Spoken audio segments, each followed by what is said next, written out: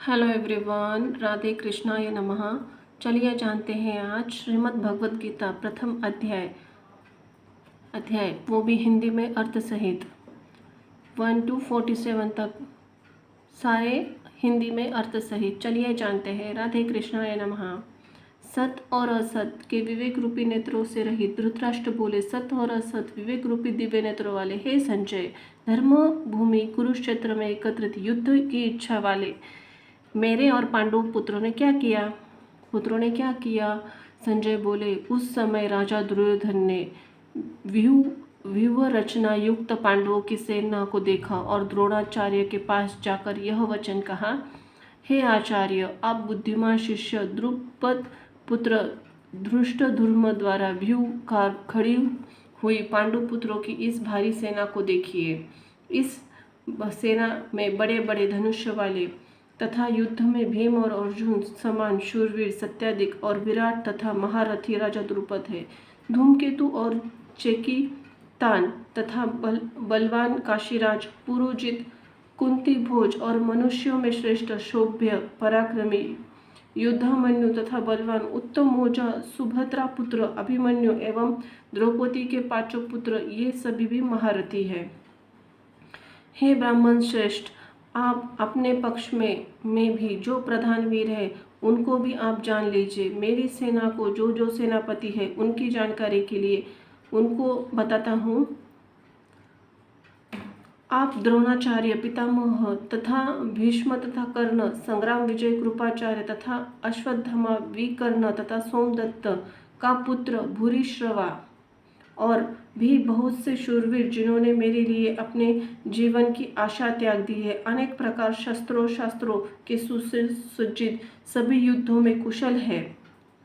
भीष्म पितामह द्वारा रक्षित हमारा सैन्य बल पर्याप्त नहीं है और भीष्म द्वारा रक्षित इन लोगों का यह सैन्य बल पर्याप्त अधिक है। इसलिए सब मोर्चों पर अपनी अपनी जगह स्थित रहे हुए सभी लोग भीष्म पितामह की ओर से रक्षा करें। उस दुर्योधन के हृदय में हर्ष उत्पन्न करते हुए कौरवों के श्रेष्ठ प्रतापी पितामह भीष्म ने उच्च स्वर में सिंहनाद करते हुए शंख बजाया। तब शंख और नगाड़े, ढोल, मृदंग, नरसिंह आदि बाजे एक साथ बज उठे। उनका वह शब्द बड़ा भयंकर हुआ। इसके पश्चात सफेद घोड़ों वाले रथ में बैठे हुए भगवान श्री कृष्ण और अर्जुन ने भी अलौकिक शंख बजाए। भगवान श्री कृष्ण ने पांचजन्य, अर्जुन ने देवदत्त और भयानक कर्म वाले भीमसेन ने पौंड नाम का वाला महाशंख बजाया। कुंती पुत्र राजा युधिष्ठिर ने अत्यंत विजय और नकुल सहदेव ने सुघोष और मणिपुष्पक नाम वाले शंख बजाए। हे राजन, श्रेष्ठ धनुष्य वाले काशीराज और महारथी शिखंडी और एवं धृष्टद्युम्न राजा विराट और अजय सत्याधिक द्रुपद एवं द्रौपदी के पांचों पुत्र और बड़ी भुजा वाले सुभद्रा पुत्र अभिमन्यु ने पूरी तरह से अपने अपने शंख बजाए। उस भयानक शब्द ने आकाश और पृथ्वी को गूंजते हुए धृतराष्ट्र और पुत्रों को भी विदीर्ण कर दिए। हे राजन, इसके बाद कपिध्वज अर्जुन ने धृतराष्ट्र संबंधियों का व्यूह में स्थित होकर शस्त्र चलाने के लिए देखकर धनुष्य उठाकर सबके हृदय में स्वामी भगवान श्री कृष्ण से यह वचन कहा, हे अच्युत, मेरे रथ को दोनों सेनाओं के बीच में खड़ा कीजिए। अब और जब तक कि मैं युद्ध में स्थित इन विपक्षी योद्धा का निरीक्षण न कर लूं, तो इस युद्ध में मुझे किन के साथ युद्ध करना योग्य दुर्बुद्धि दुर्योधन का युद्ध में प्रिय चाहने वाले जो राजा युद्ध की इस सेना में आ गए, उनको मैं देखना चाहूँगा। संजय बोले, अर्जुन के द्वारा इस कहे जाने पर भगवान श्री कृष्ण ने दोनों सेनाओं के बीच उस रथ खड़ा कर दिया और कहा, हे पार्थ, युद्ध के लिए एकत्रित हुए इन कौरवों और प्रमुख रूप से भीष्म तथा द्रोणाचार्य संपूर्ण राजाओं को देखो। इसके बाद प्रथापुत्र अर्जुन ने उन दोनों की सेनाओं में स्थित ताऊ चाचा, पितामह, आचार्य, मामा, भाई, पुत्र, पौत्र, मित्र, ससुर और सहदेव को देखा। उपस्थित उन सभी बंधुओं को देखकर वे कुंती पुत्र अर्जुन अत्यंत करुणा युक्त शोक करते हुए बोले। अर्जुन बोले, हे कृष्ण, यहाँ मैं युद्ध के अभिलाषी स्वइच्छनों को देखता हूँ। मेरे अंग शीतल हुए हो रहे हैं और मुख सूख रहा है और मेरे शरीर कांप रहा है और रोए खड़े हो रहे हैं। मेरे हाथ से गांडीव धनुष गिर रहा है, मेरी त्वचा जल रही है, मैं खड़ा रहने में असमर्थ हो रहा हूँ, मेरा मन सा भ्रमित हो रहा है। हे केशव, मैं लक्षणों को विपरीत ही देख रहा हूँ और युद्ध में स्वजनों को मारकर मारकर किसी प्रकार से कल्याण भी नहीं देखता। हे कृष्णा, मैं न तो विजय चाहता हूँ और न ही राज्य तथा सुखों को ही। हे गोविंद, हमें ऐसे ही भोग और जीवन से क्या लाभ है? जिनके लिए राज्य, भोग और सुख आदि अभिष्ट है, वे सब धन और जीवन की आशा को त्याग कर युद्ध में खड़े हैं।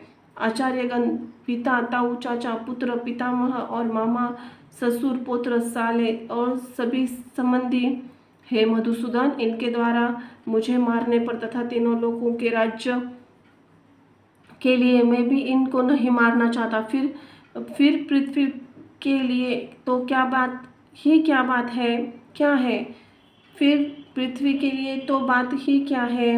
हे जनार्दन, धृतराष्ट्र के पुत्रों को मारकर हमें क्या प्रसन्नता होगी? इन आततियों को मारकर हमें ही पाप ही लगेगा। आग लगाने वाला, विष देने वाला, हाथ में शस्त्र लिए हुए, धन छीनने वाला, जमीन अथवा पत्नी का हरण करने वाला, इन 6 कार्यों को करने वाला अत्यायी कहा गया है। नीति शास्त्र के अनुसार सभी अत्यायी के वध के योग्य है। उनका वध बिना विचार किए किया जा सकता है और उनके वध में कोई दोष नहीं है। इसलिए माधव, हमारे लिए अपने बांधव धृतराष्ट्र पुत्रों को मारना उचित नहीं है, क्योंकि अपने कुटुंब को मारकर हम कैसे सुखी होंगे? यद्यपि नीति की दृष्टि से आतिथ्यायियों को मारने के कोई दोष नहीं है, परंतु धर्म की दृष्टि से इनकी सेना में उपस्थित पितामह और आचार्य आदि का वध करना दोषमय है। धर्म नीति से प्रबल है, इसलिए हमें ऐसा करना चाहिए। यदि लोभ से भ्रष्ट चित्त हुए ये लोग कुल का नाश उत्पन्न दोष को मित्रों से विरोध करने को पाप नहीं कहते, तो भी जनार्दन, कुल के नाश उत्पन्न दोष को जानने वाले हम लोगों को इस पाप से बचने के लिए क्यों नहीं प्रयत्न करना चाहिए? कुल का नाश से सनातन कुल धर्म नष्ट हो जाते हैं तथा और धर्म का नाश हो जाने पर संपूर्ण कुल में अधर्म बढ़ता है। हे कृष्ण, अधर्म पर अधिक मार्ग बढ़ जाने से कुल की स्त्रियां दूषित हो जाती है और वैष्णव स्त्रियों की दूषित हो जाने पर वर्ण संस्कार उत्पन्न होता है। वर्ण संकर कुल घातियों को और कुल को नरक में ले जाने वाला होता है। पिंड और जल दान की क्रिया अर्थात श्राद्ध और तर्पण से वंचित उनके पितर भी अधोगति को प्राप्त होते हैं। वर्ण संकरता के कारण होने वाले इन दोषों से सहित कुल घातियों के सनातन कुल धर्म और जाति के नष्ट हो जाते हैं। हे जनार्दन, ऐसा हम सुनते आए हैं कि नष्ट कुल धर्म वाले मनुष्य को अनिश्चित काल तक नरक में वास होता है। अरे, बड़े दुर्भाग्य की बात है कि हम लोग राज्य और सुख के लोग स्वजनों को मारने रूपी महापाप करने के लिए उद्यत है। यदि मुझे सामना न करना पड़े और शस्त्र के लिए धृतराष्ट्र के पुत्र रण में मार डाले, तो वह मेरे लिए अधिक कल्याणकारी होगा। संजय बोले, इस प्रकार कहकर रणभूमि में शोक उद्विग्न मन वाले अर्जुन बाण सहित धनुष को त्याग कर रथ के पिछले भाग में बैठ गए। धन्यवाद। श्रीमद् भगवद गीता अध्याय 2 सांख्य योग। संजय बोले, वैसी कायरता से प्राप्त हुए और आंसुओं से जिनके नेत्रों की दृष्टि अवरुद्ध हो रही है, वे अर्जुन जो कि विषाद कर रहे हैं रहे हैं उनके प्रति भगवान मधुसूदन यह वचन बोले।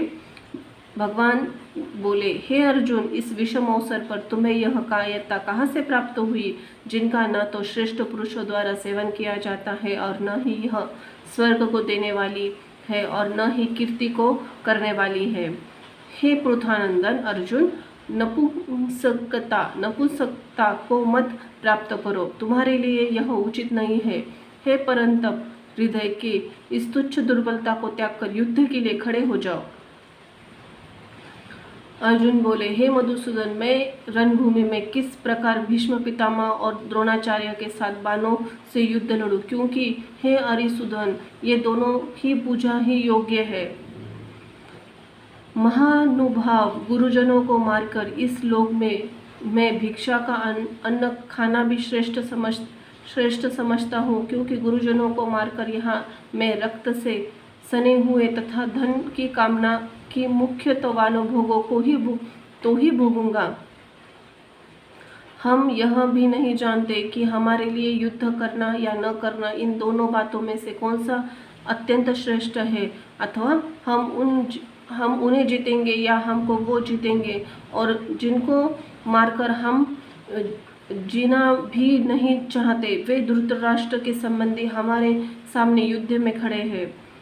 कारण कि पृथ्वी पर शत्रु रहित धन धान्य संपत्ति राज्य को देवताओं को स्वामीपन प्राप्त होकर भी मैं उस उपाय को भी नहीं देख सकता हूँ जो मेरी इंद्रिय को सुखाने वाली शोक को दूर कर सके।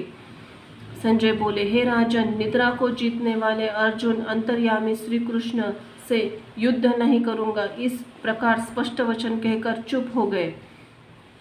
हे भरतवंशी धृतराष्ट्र, अंतर्यामी श्री कृष्ण महाराज दोनों सेनाओं के मध्य भाग में विषाद करते हुए अर्जुन को हंसते हुए यह वचन बोले। श्री भगवान बोले, हे अर्जुन, तू शोक न करने के योग्य का शोक किया है और भाषा विद्वत्ता बातें करते हो, परंतु जिनके प्राण चले गए उनके लिए, जिनके प्राण नहीं गए हैं उनके लिए भी पंडित विद्वान शोक नहीं करते। न तो ऐसा ही है, किसी काल में तू नहीं था या मैं नहीं था, अथवा ये राजा लोग भी नहीं थे, यह बात भी नहीं है, और इस बात भी हम सभी नहीं होंगे, ऐसा भी नहीं है। जैसे देहधारी जीवात्मा इस देह में बचपन, जीवानी और वृद्ध अवस्था होती है, वैसे ही मृत्यु पश्चात दूसरे शरीर की प्राप्ति होती है। उस विषय में धीर पुरुष मोहित नहीं होते। हे कुंती पुत्र, इंद्रियों के विषय में शीत अनुकूलता तथा उष्ण प्रतिकूलता के द्वारा सुख और दुख देने वाले हैं, तथा तू अनजाने वाले और अनित्य है, इसलिए हे भारत, उनको तू सहन कर। कारण हे पुरुष अर्जुन, सुख दुख में समय रहने वाले जिस धीर पुरुष को मात्रा स्पर्श पदार्थ व्याकुल नहीं करते, वह अमर होने में समर्थ, अर्थात वह अमर हो जाता है।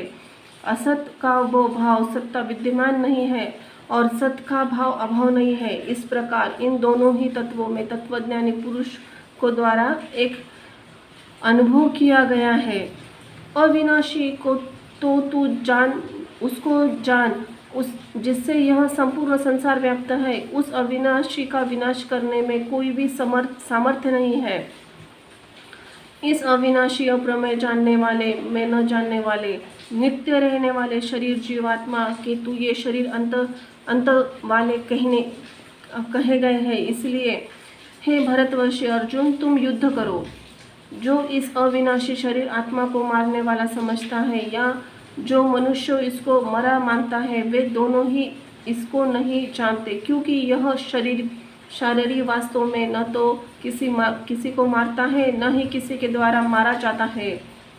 यह शरीर आत्मा न तो जन्मता है और न ही मरता है, तथा उत्पन्न होकर फिर होने वाला नहीं है, क्योंकि यह जन्म रहित नित्य रहने वाला है, शाश्वत और पुरातन है। शरीर के मारे जाने पर यह शरीर भी नहीं मारा जाता।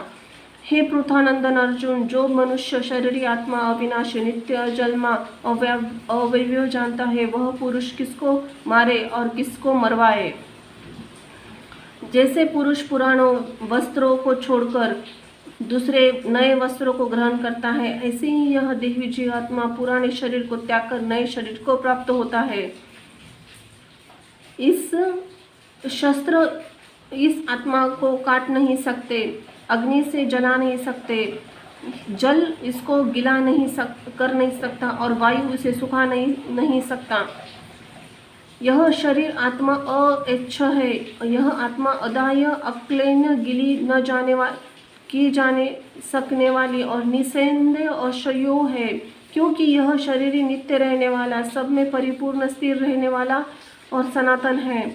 यह देही प्रत्यक्ष नहीं दिखता, यह चिंतन का विषय नहीं है। तू निर्वाकार अंत ही शरीर का आत्मा को ऐसा समझकर तुम्हें शोक नहीं करना चाहिए। अगर तू इस देही आत्मा को सदा जन्मने वाला तथा मरने वाला मानता हो तो तब भी तुम महाबाहो, तुम इसका इस प्रकार शोक नहीं करना चाहिए। कारण तुम्हें जन्मे हुए की मृत्यु निश्चित है, मरे हुए का जन्म निश्चित है। जन्म मरण का निवारण नहीं हो सकता, अंततः निवारण हो सकता है, उसके लिए तुम्हें शोक नहीं करना चाहिए। हे अर्जुन, संपूर्ण प्राणी जन्म से पहले अप्रकट थे और मरने के बाद भी अप्रकट हो जाएंगे, केवल बीच में ही प्रकट ही दिखते हैं। अंतः स्थिति में क्या शोक करना है। कोई इस शरीरी आत्मा को आश्चर्य की भांति देखता है और वैसे ही दूसरे कोई इसके तत्व का आश्चर्य की भांति वर्णन करता है, तथा दूसरा कोई आश्चर्य के भांति सुनता है और कोई सुनकर भी इसको नहीं जानता। हे भरत वंशोधन अर्जुन, सबके शरीर में यह शरीरी नित्य अवधत है। इसी कारण संपूर्ण प्राणियों अर्थात किसी प्राणी में भी प्राणी के लिए तुम शोक नहीं करना चाहिए। अपने श्राद्ध धर्म को देखकर तुम्हें कर्तव्य कर्म से विचलित नहीं होना चाहिए, क्योंकि क्षत्रिय के लिए धर्ममय युद्ध से बढ़कर कोई कल्याणकारी कर्तव्य नहीं है। हे पृथानंदन अर्जुन, अपने आप प्राप्त हुआ धर्म युद्ध खुले हुए स्वर्ग द्वार के समान ही है। इस प्रकार युद्ध को भाग्यवान क्षत्रिय लोग ही पाते हैं। अब यदि तू इस धर्म युद्ध को नहीं करेगा तो अपने धर्म और कीर्ति को त्याग कर पाप को प्राप्त होगा, और सब प्राणी तेरी बहुत काल तक रहने वाली अपकीर्ति को का भी कथन करेंगे, और वह अपकीर्ति सम्मानित पुरुष के लिए मरण से भी बढ़कर है। और वे महारथी जो लोग जिनकी धारणा में तू बहुत पहले सम्मानित हो चुका है, उनकी दृष्टि में लघुता को प्राप्त होगा। वे लोग तुझे भय के कारण युद्ध से हटा हुआ मानेंगे। तेरे शत्रु लोग तेरी सामर्थ्य की निंदा करते हुए बहुत से न कहने के लिए वचन भी योग्य कहेंगे। उससे बढ़कर कोई अधिक दुख क्या होगा। अगर तू युद्ध में मारा जाएगा तो तू स्वर्ग को प्राप्त होगा, अथवा संग्राम में जीतने पर पृथ्वी पर राज्य भोगेगा। अंततः हे अर्जुन, तू युद्ध के लिए निश्चय करके खड़े हो जा। हार जीत, हानि लाभ, सुख दुख को सब समान समझकर युद्ध के लिए तैयार हो जाए। इस तरह युद्ध करने पर पाप को प्राप्त नहीं होगा। हे पार्थ, यह समबुद्धि के तेरे लिए पहले सांख्य योग में विषय में कही गई है। अब तू कर्म योग के विषय में सुन। जिस समबुद्धि युक्त तू कर्म बंधन का त्याग कर देगा, मनुष्य लोक में इस समबुद्धि रूप धर्म कर्म योग के आरंभ का नाश नहीं होता, उसके अनुष्ठान का उल्टा फलरूप दोष भी नहीं होगा, बल्कि इस कर्म योग का भी थोड़ा सा भी अनुष्ठान जन्म मृत्यु रूपी महान भय से रक्षा कर लेता है। हे कुरुनंदन, इस समबुद्धि कर्म योग में निश्चयात्मक बुद्धि ही एक होती है, किंतु अस्थिर विचार वाले मनुष्यों की बुद्धि तो अनंत भूत वाली शाखाएं होती है। हे पृथानंदन अर्जुन, जो कामनाओं में तन्मय हो रहे हैं, स्वर्ग ही सबसे ऊंचे मानते हैं, वेद के उन भागों में कर्मकांड वर्णित है, उनमें ही प्रीति रखते हैं, भोग विलास के अन्यत्र कुछ भी नहीं ऐसा कहते हैं वे अविवेकी लोग। इस प्रकार जिस पुषित दिखावटी वाणी को करते हैं, वह वाणी जन्म रूपी कर्म फल को देने वाली एवं भोग और ऐश्वर्य को प्राप्ति के लिए अनेक प्रकार की क्रियाओं का वर्णन करने वाली है। उस पुष्पित दिखवाटी वाणी से जिनका चित्त हर लिया है अर्थात भोग विलास की तरफ खींच लिया गया है और जो भोग और ऐश्वर्य में अत्यंत आसक्त है, उन पुरुषों की परमात्मा निश्चयात्मकता एक निश्चय वाली बुद्धि नहीं होती है। हे अर्जुन, वे 3 प्रकार के गुणों सतो रजो तमो गुण के कार्य का वर्णन करने वाले तू उन 3 गुणों से रहित हो जा। नित्य वस्तु परमात्मा के स्थित योग अप्राप्त की प्राप्ति का नाम का ही योग है। क्षेम प्राप्त वस्तु की रक्षा का नाम ही क्षेम है कि चाह कर भी न रहकर परमानंद पारायण को हो जा।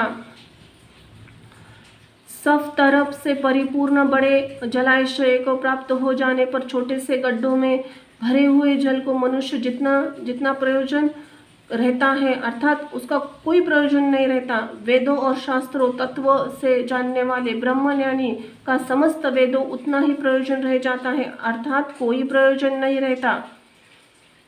तेरा कर्तव्य कर्म करने में ही अधिकार है, उनके फलों में कभी नहीं। कर्म फल का हेतु कारण भी मत बन और तेरी अकर्मण्यता कर्म न करना में भी आसक्ति न हो।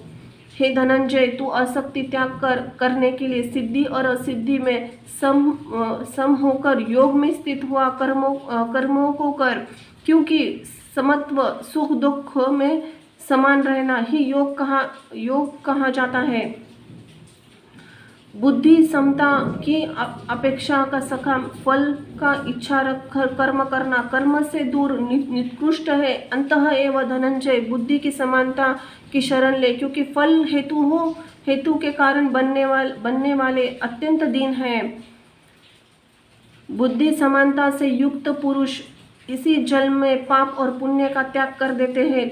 इसलिए तू योग समता में लग जा। कर्मों का योग समता ही कुशलता है।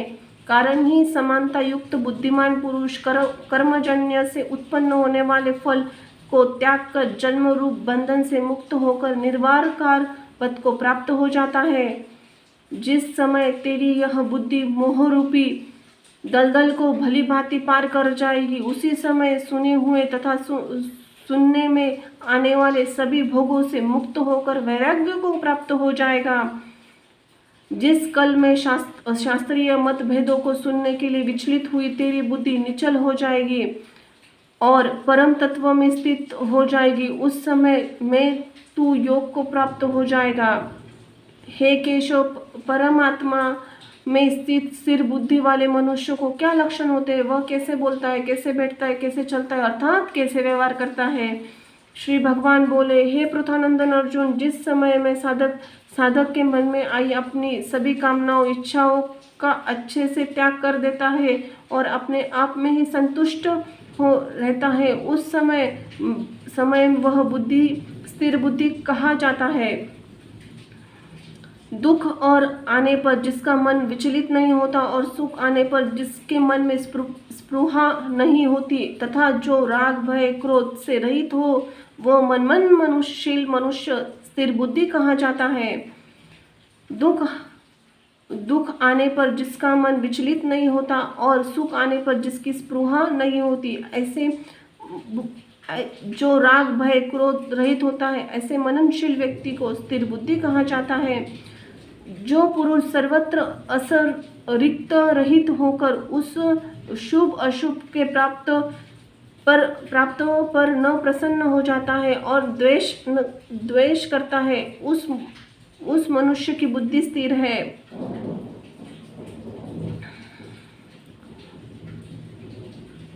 जिस प्रकार कछुआ सब तरफ से अपने अंगों को समेट लेता है, उसी प्रकार मनुष्य अपनी इंद्रियों के विषयों में से इंद्रियों को सब तरह से हटा देता है, तभी उसकी बुद्धि स्थिर होती है।